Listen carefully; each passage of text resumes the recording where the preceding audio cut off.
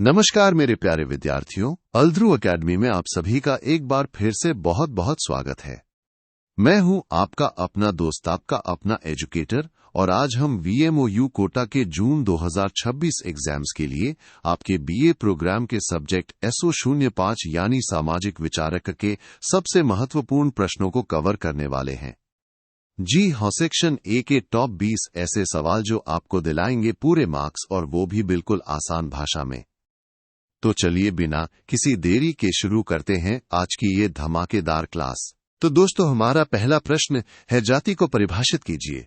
और आप देख सकते हैं ये सवाल दिसंबर 2017, दिसंबर 2021, जून 2024, जून 2017, जून दिसंबर 2020, जून 2018 और जून 2022 में यानी कितनी बार पूछा गया है। ये तो बहुत ही ज्यादा महत्वपूर्ण प्रश्न है, इसे तो आपको रट लेना है। तो इसका सीधा सा जवाब है दोस्तों, जाति एक सामाजिक स्तरीकरण है। इसको आप ऐसे समझिए जहां किसी भी व्यक्ति की परिस्थिति यानी कि उसका समाज में क्या स्थान होगा और उसका व्यवसाय यानी वो क्या काम करेगा, सब जन्म से ही तय हो जाता है। बहुत ही सरल शब्दों में। अगला महत्वपूर्ण प्रश्न है, आत्महत्या को परिभाषित कीजिए।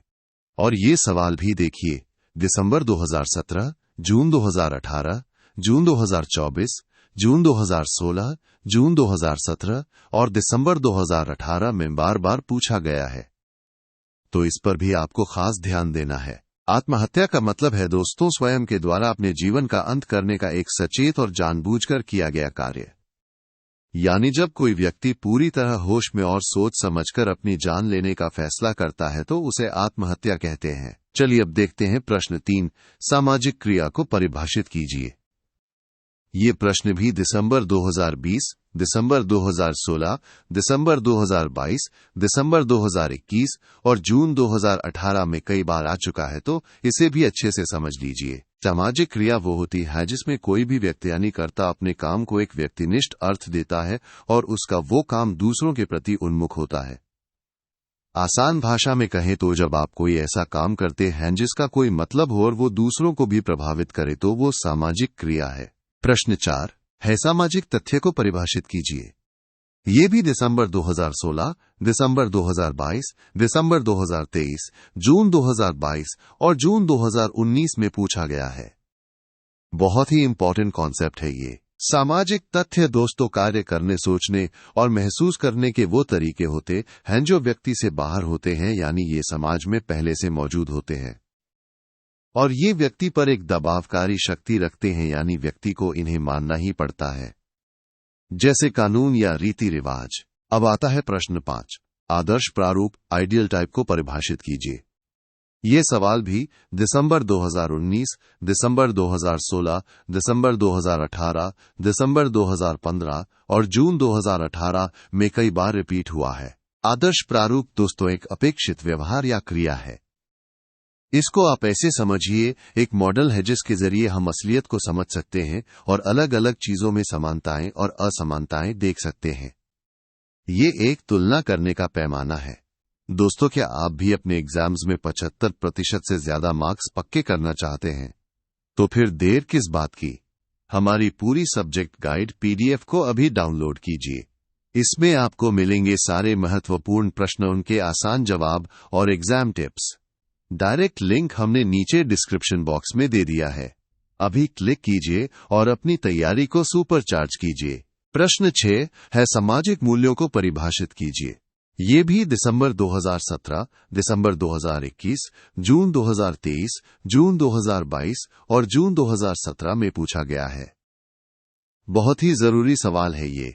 सामाजिक मूल्य दोस्तों समाज के वो प्रचलित लक्ष्य, आदर्श और मापदंड होते हैं जिनसे हम वस्तुओं, घटनाओं या व्यवहारों का मूल्यांकन करते हैं। यानी ये वो पैमाने हैं जिनसे हम तय करते हैं कि क्या सही है, क्या गलत है, क्या अच्छा है, क्या बुरा है। चलिए अब देखते हैं प्रश्न 7, द्वंद्ववाद को परिभाषित कीजिए। ये सवाल भी दिसंबर 2019, दिसंबर 2021, जून 2018 और जून 2023 में रिपीट हुआ है। द्वंद्ववाद का सीधा सा अर्थ है दोस्तों वाद विवाद या तर्क वितर्क करना। इसमें क्या होता है कि जहां विरोधी शक्तियों के संघर्ष से यानी दो अलग अलग विचारों के टकराने से एक नई स्थिति या नया विचार पैदा होता है, यही है द्वंद्ववाद। प्रश्न 8, दास कैपिटल पुस्तक के लेखक कौन है? ये सवाल दिसंबर 2019, दिसंबर 2018, दिसंबर 2015 और जून 2023 में बार बार पूछा गया है। ये तो आपको पता होना ही चाहिए। इसका जवाब तो बहुत आसान है दोस्तों। दास कैपिटल पुस्तक के लेखक है महान विचारक कार्ल मार्क्स। इस किताब में उन्होंने पूंजीवादी व्यवस्था का बहुत ही गहरा विश्लेषण किया है। अब आता है प्रश्न 9, सामाजिक पारिस्थितिकी को परिभाषित कीजिए। ये भी दिसंबर 2016, दिसंबर 2022, दिसंबर 2023 और जून 2022 में कई बार पूछा गया है। सामाजिक पारिस्थितिकी दोस्तों पर्यावरण, सामाजिक संगठन और संस्कृति के आपसी संबंधों का अध्ययन है। ये इस बात पर जोर देता है कि मनुष्य और उसके पर्यावरण के बीच कैसे रिश्ते हैं और वे एक दूसरे को कैसे प्रभावित करते हैं। प्रश्न 10 है परंपरा को परिभाषित कीजिए। ये सवाल भी दिसंबर 2017, जून दिसंबर 2020, जून 2024 और जून 2017 में रिपीट हुआ है। बहुत ही जरूरी कॉन्सेप्ट है ये।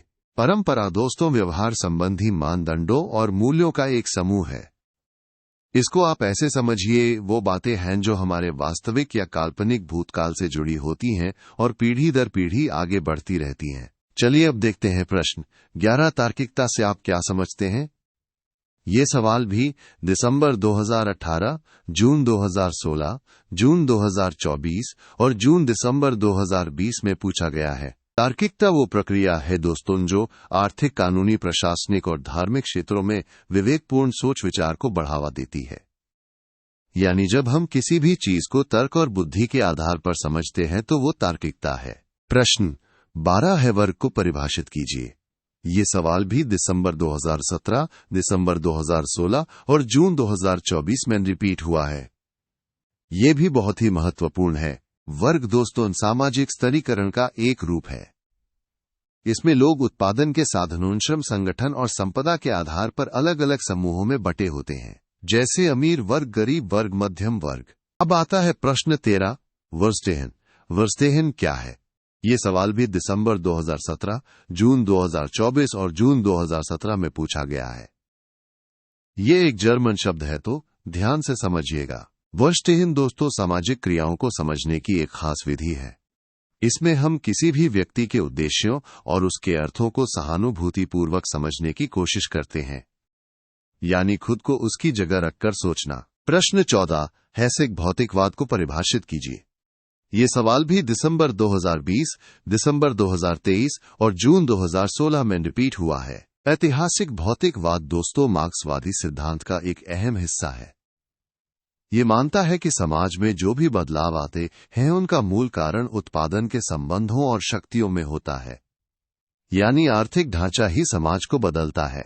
चलिए अब देखते हैं प्रश्न 15, अलगाव, एलियनेशन को परिभाषित कीजिए। ये सवाल भी दिसंबर 2020, दिसंबर 2016 और दिसंबर 2015 में पूछा गया है। अलगाव दोस्तों व्यक्ति की वो स्थिति है जिसमें वो अपने सामाजिक अस्तित्व के मुख्य पहलुओं से कटा हुआ महसूस करता है। इससे वो समाज से, अपने काम से और यहां तक कि खुद से भी अलग थलग पड़ जाता है। और हां दोस्तों, अगर आप दूसरे सब्जेक्ट्स में भी टॉप करना चाहते हैं तो हमारे अन्य प्रीमियम गाइड्स भी उपलब्ध हैं, जैसे SO01, SO02, SO03, SO04 और SO06। इन सभी की PDF डाउनलोड करने के लिए लिंक आपको डिस्क्रिप्शन बॉक्स में मिल जाएगा। अपनी तैयारी को और भी मजबूत बनाइए। प्रश्न 16 है सावयवी एकता क्या है, किसे कहते हैं? ये सवाल भी दिसंबर 2018, जून 2016 और जून 2024 में रिपीट हुआ है। सावयवी एकता दोस्तों आधुनिक समाजों में पाई जाने वाली सामाजिक सुदृढ़ता को कहते हैं। ये तब पैदा होती है जब श्रम विभाजन और विशेषीकरण के कारण लोग एक दूसरे पर निर्भर हो जाते हैं। जैसे एक शरीर के अलग अलग अंग एक दूसरे पर निर्भर होते हैं। प्रश्न 17, कार्ल मार्क्स द्वारा रचित किन्हीं दो पुस्तकों, कृतियों के नाम लिखिए। ये सवाल भी दिसंबर 2022, दिसंबर 2023 और जून 2016 में पूछा गया है। बहुत ही आसान और जरूरी सवाल है ये। कार्ल मार्क्स की दो प्रमुख कृतियां हिंदोस्तन-दास कैपिटल और कम्युनिस्ट मैनिफेस्टो। ये दोनों ही किताबें समाजशास्त्र और अर्थशास्त्र में मील का पत्थर मानी जाती हैं। अब आता है प्रश्न 18, किन्हीं 2 या 3 भारतीय समाजशास्त्रियों के नाम लिखिए। ये सवाल भी दिसंबर 2021, जून 2018 और जून 2016 में रिपीट हुआ है। हमारे प्रमुख भारतीय समाजशास्त्री हैं दोस्तों राधकमल मुखर्जी, डी.पी. मुखर्जी और जी.एस. धुर्वे। इन सभी ने भारतीय समाज को समझने में बहुत महत्वपूर्ण योगदान दिया है। प्रश्न 19 है, सत्ता को परिभाषित कीजिए एवं इसके प्रकार बताइए। ये सवाल भी दिसंबर 2017, दिसंबर 2019 और जून 2017 में पूछा गया है। ये भी बहुत ही महत्वपूर्ण है। सत्ता दोस्तों वो शक्ति है जो कानून पद या किसी वैधानिक आधार पर व्यक्तियों को नियंत्रित करती है। इसके 3 मुख्य प्रकार हैं: चमत्कारिक सत्ता, परंपरागत सत्ता और वैधानिक सत्ता। इनको अच्छे से याद कर लीजिएगा। और हमारा आखिरी प्रश्न है प्रश्न 20, कम्युनिस्ट मैनिफेस्टो किसने लिखा? ये सवाल भी दिसंबर 2017 और जून 2017 में पूछा गया है। इसका जवाब तो आपको अब तक रट जाना चाहिए। जी हां दोस्तों, कम्युनिस्ट मैनिफेस्टो महान विचारक कार्ल मार्क्स ने लिखा था। इसमें उन्होंने अपनी क्रांतिकारी विचारधारा को दुनिया के सामने रखा। तो मेरे प्यारे अल्द्रू एकेडमी के विद्यार्थियों, आज की क्लास यहीं समाप्त होती है। मुझे पूरी उम्मीद है कि ये टॉप 20 प्रश्न आपकी परीक्षा में बहुत मदद करेंगे। आप सभी को आपकी आने वाली परीक्षाओं के लिए ढेरों शुभकामनाएं। याद रखिए, मेहनत का फल सफलता है। Best of luck. और हाँ, वीडियो को लाइक करना, चैनल को सब्सक्राइब करना और डिस्क्रिप्शन में दिए गए हमारे टेलीग्राम चैनल को ज्वाइन करना मत भूलिएगा। मिलते हैं अगली क्लास में, तब तक के लिए पढ़ते रहिए, आगे बढ़ते रहिए।